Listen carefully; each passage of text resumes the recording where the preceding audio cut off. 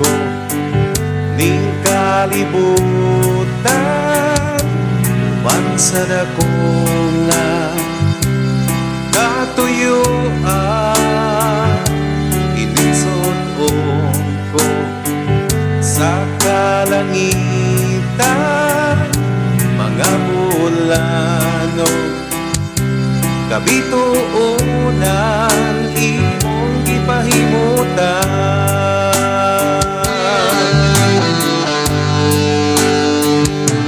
mga pag-antos ning kinabuhi imong gipas-an alang kanako sa kahugawan imong gihinloan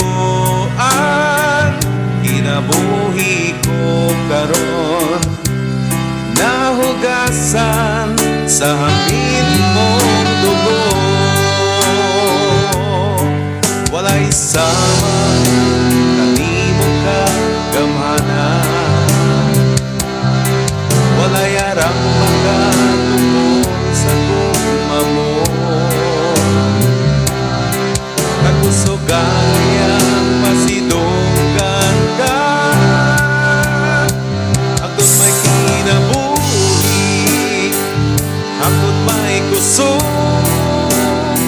agtod may gininhawa sa gabil ko himayaon ka agtod niyaga sa kasing-kasing ko payaon ka o galagaran ko Ginoo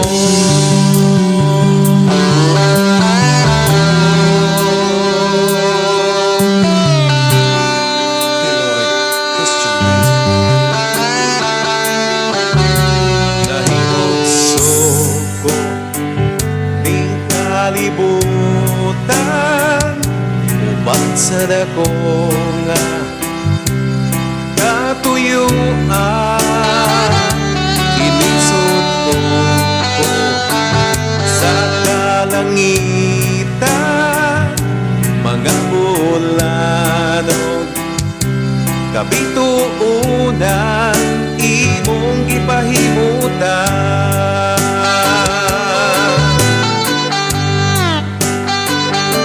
mga pag-antos ning kinabuhi imong gipas-an alam kanako sa kahugawan imong gihinluan kinabuhi ko karon nahugasan sa hamili mong dugo walay sama kanimo ka gamhanan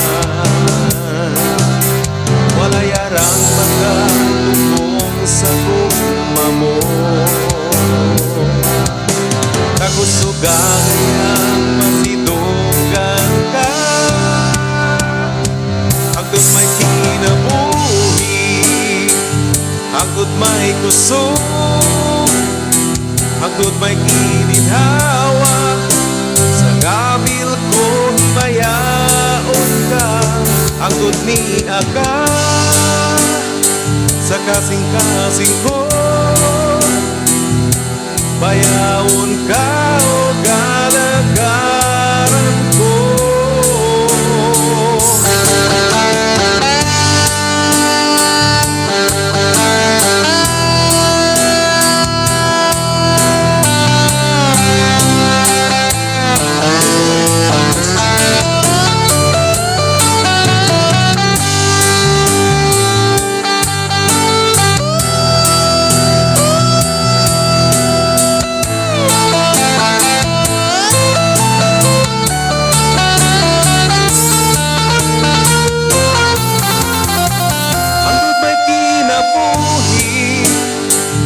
hangtod may kusog, hangtod may gininhawa, sa gabil ko himayaon ka, hangtod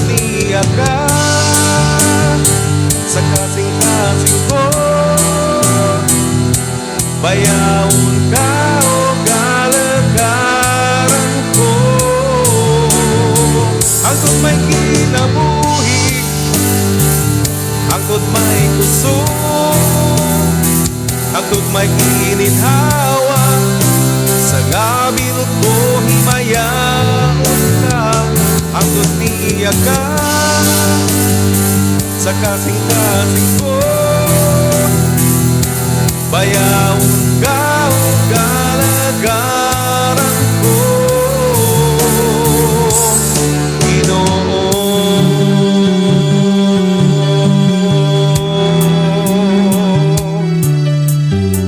Pinoy Christian music.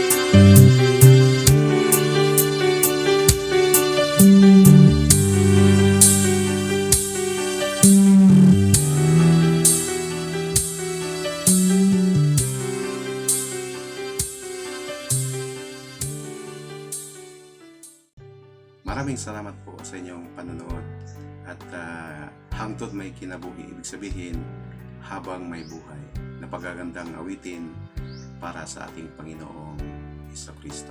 Sabi nga po sa John 3:16, "For God so loved the world that He gave His only begotten Son, that whosoever believeth on Him should not perish but have everlasting life." Kahit anuman po ang ating ginagawa sa ating mga buhay, mga kaibigan at kapatid, marapat po na atin pong naisuko na ating buhay sa ating Panginoon sa Kristo. Tayo po yung nananalig, tayo po yung nanampalataya sa Kanya na Siya talaga ang ating Diyos na makapangyarihan sa lahat. Ang sabi po diyan, that whosoever believeth on Him should not perish but have everlasting life. Ikaw po ay mapiperish pag ayaw nyo po na mananampalataya sa Kanya. Ngunit kung ikaw naman ay mananampalataya sa ating Panginoong Diyos, habang tayo ay nabubuhay dito sa lupa, tayo po ay ialay po natin ang ating mga buhay sa ating Panginoong Diyos. Na bibigyan natin ng pagkakataon ng ating sarili na maglingkod sa Kanya. Amen po? Habang narito sa mundo ang tao, mas maganda na mapaglingkuran niya ang ating Panginoong Diyos na buhay. Walang iba kundi ang ating Panginoong Jesucristo. You can freely live without Christ, but life without Christ is empty, chaos unbound. Ang sabi nga po sa John 14:6, Jesus said, "I am the way, the truth, and the life. No one comes to the Father but by me." Maraming salamat po sa inyong pakikinig sa premiere na ito at mapalain kayo ng ating Panginoong Diyos. At huwag kalimutan po na mag-like, mag-comments, mag-subscribe at pinutin lang po ang bell on upang updated po kayo sa iba pang mga videos. Maraming salamat. To God be the glory.